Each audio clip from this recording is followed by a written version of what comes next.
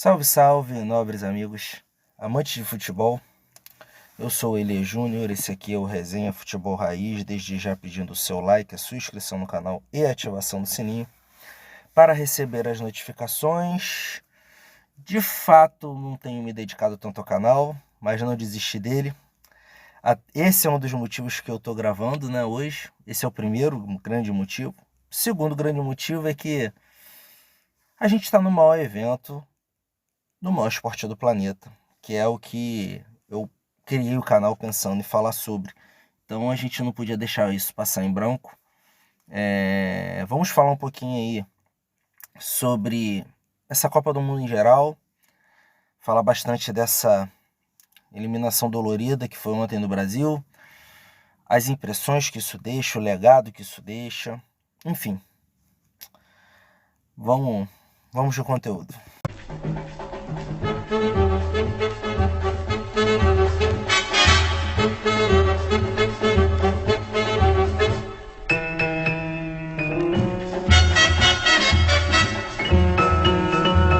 Seguindo o conteúdo, galera, pedindo o seu like, a sua inscrição no canal, a ativação no sininho. Começar a falar com a Copa como um todo, assim, chama atenção o nivelamento que há nessa Copa. E eu tô curtindo muito também o nível técnico dela, embora muita gente tenha reclamado. Mas, pô, eles têm jogos horrorosos na Copa. Gente, tinha Catar na Copa do Mundo.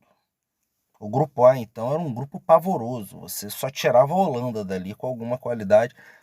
Senegal também tinha essa qualidade, mas perde seu principal jogador antes da Copa, o Mané, que eu acho que é a ausência mais sentida, da Copa do Mundo, entre os jogadores que ficaram de fora por lesão. Ele e o Benzema, só que a França tem um repertório maior, tem mais recurso. E, assim, você tinha seleções ruins, principalmente a dona da casa. O Catar é nível Série B do Brasil, Mas, assim, muitas seleções pequenas. Vou dar um exemplo aqui, o Marrocos, que joga as quartas de finais hoje. O Marrocos, a defesa toda do Marrocos joga na Europa. O Hakimi é tido como um dos melhores laterais do mundo. Joga no PSG. Os dois zagueiros são titulares em times da Premier League. O Marrocos, é uma surpresa o Marrocos estar onde está? É. Mas quando você olha o time do Marrocos, embora seja um time com uma proposta muito mais reativa, você olha os jogadores e você pensa, cara, os caras não são tão bobos assim. O próprio Equador dificultou a vida de Senegal na fase de grupos. Você teve um Japão, embora muito questionado pelo jogo feio que praticava, mas tirando uma Alemanha na primeira fase. Você teve, enfim, a própria Costa Rica, que toma de 7-0 da Espanha no primeiro jogo, faz um jogo duríssimo com a Alemanha na última rodada. Então, assim, o fato do futebol mundial, a nata do futebol mundial está centralizado na Europa, está nivelando as seleções. E aí você vê uma Copa do Mundo, uma Itália duas vezes seguidas fora da Copa. Você vê uma Alemanha caindo na primeira fase duas vezes seguidas. Exceção à regra disso que eu estou falando é a Argentina perdendo para a Arábia Saudita. A Arábia Saudita tem uma seleção mais local. Mas, no mais, todas as seleções sem tradições têm pelo menos 60% do elenco jogando na Europa. E isso está fazendo diferença. O nível técnico está mais alto, sim. Só que, meus amigos, vocês têm que aprender a apreciar o futebol na sua essência. Não tem como eu, como técnico do Marrocos, jogar de peito aberto contra a Espanha. Eu vou amarrar o jogo. O que a Croácia fez ontem com o Brasil? A mesma coisa. Amarrou o jogo. Embora em dado momento, principalmente no primeiro tempo, a Croácia controlou o jogo com posse de bola. Embora não levasse perigo, que a nossa zaga estava muito bem na Copa, tanto o Marquinhos quanto o Thiago Silva, A Croácia não levou perigo, mas a Croácia controlou o jogo. O Brasil era favoritaço? Era.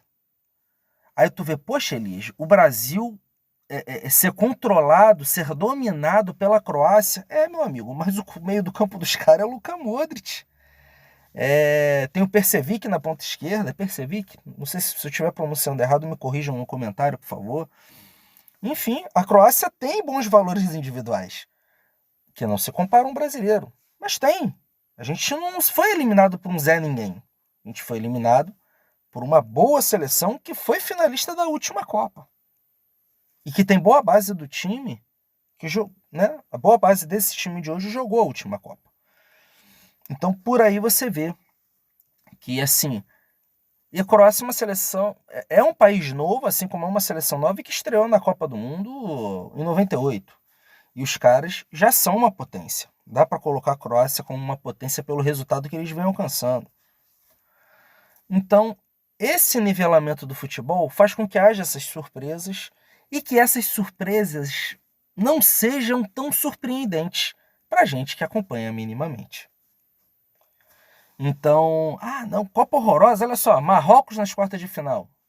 Gente, o próprio goleiro de Marrocos, o Bono, que pegou 2 pênaltis, joga no Sevilha.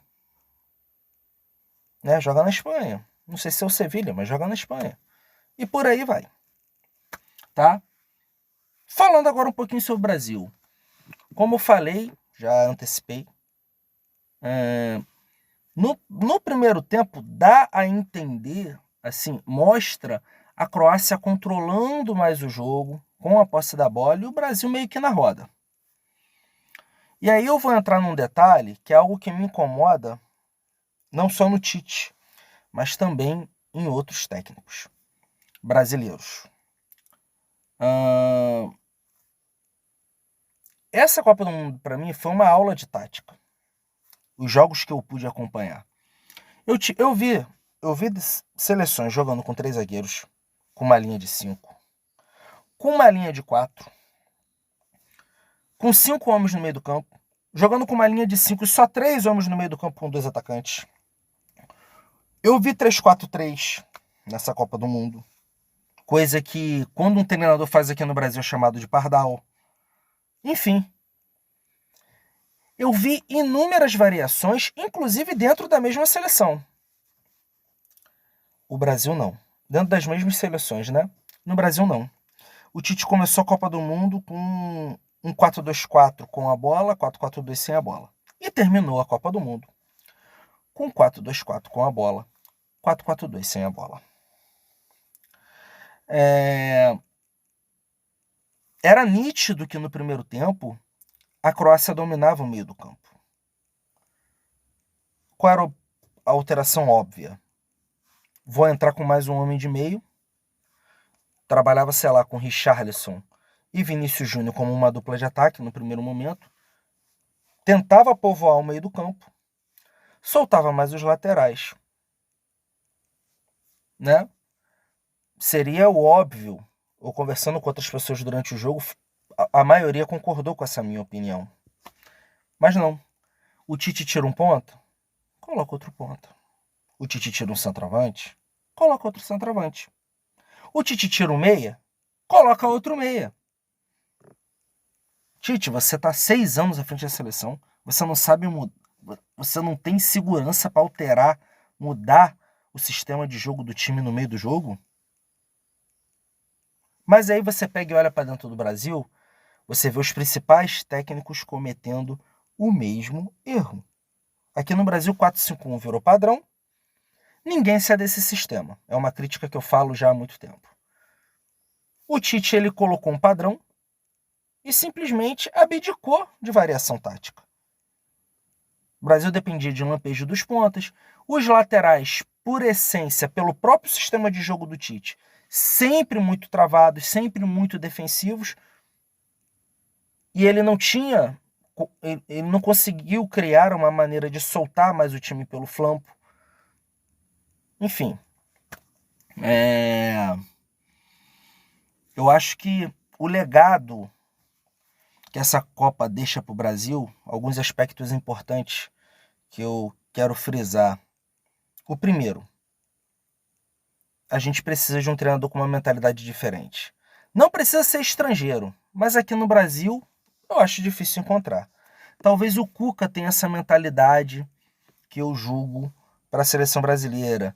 Uma mentalidade maior de versatilidade tática, da gente poder variar dentro do jogo. Ora o lateral está preso, ora o lateral está mais solto, ora o ponta vira meia, joga por dentro, ora o ponta vira um segundo homem de frente. Enfim, a gente precisa estabelecer essa variação. A gente precisa de alguém que dê essa flexibilidade para os nossos jogadores. Eu acho que esse é o primeiro ponto. Citei o Cuca por ser brasileiro, mas pode ser estrangeiro, sem problema nenhum. Né? Muitos até preferem que seja, mas eu particularmente não julgo que a nacionalidade do cara interfira na competência, mas enfim.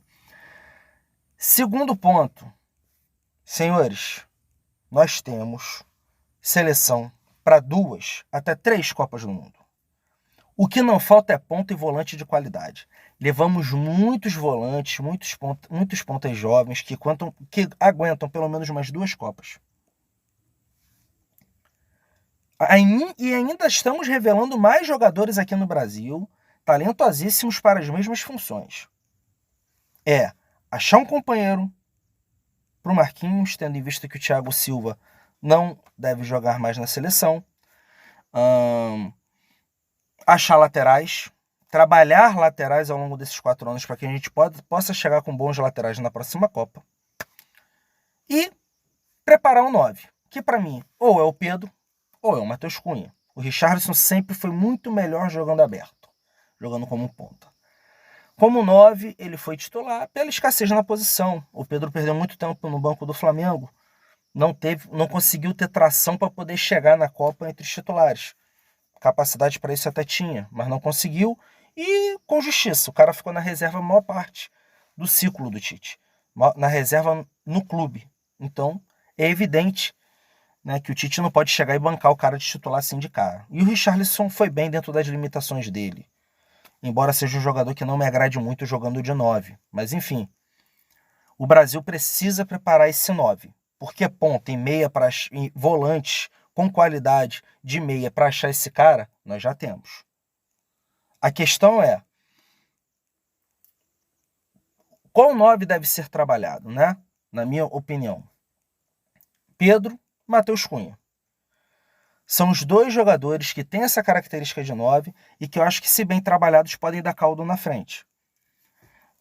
A questão é saber escolher o treinador que vai esmiuçar e tirar o melhor de cada talento individual. Porque eu não tenho dúvida que mesmo com essas 2 eliminações de 18 e agora de 22, mesmo com essas eliminações, o Brasil chegará na próxima Copa de 2026 como favoritaço, porque nós temos material humano.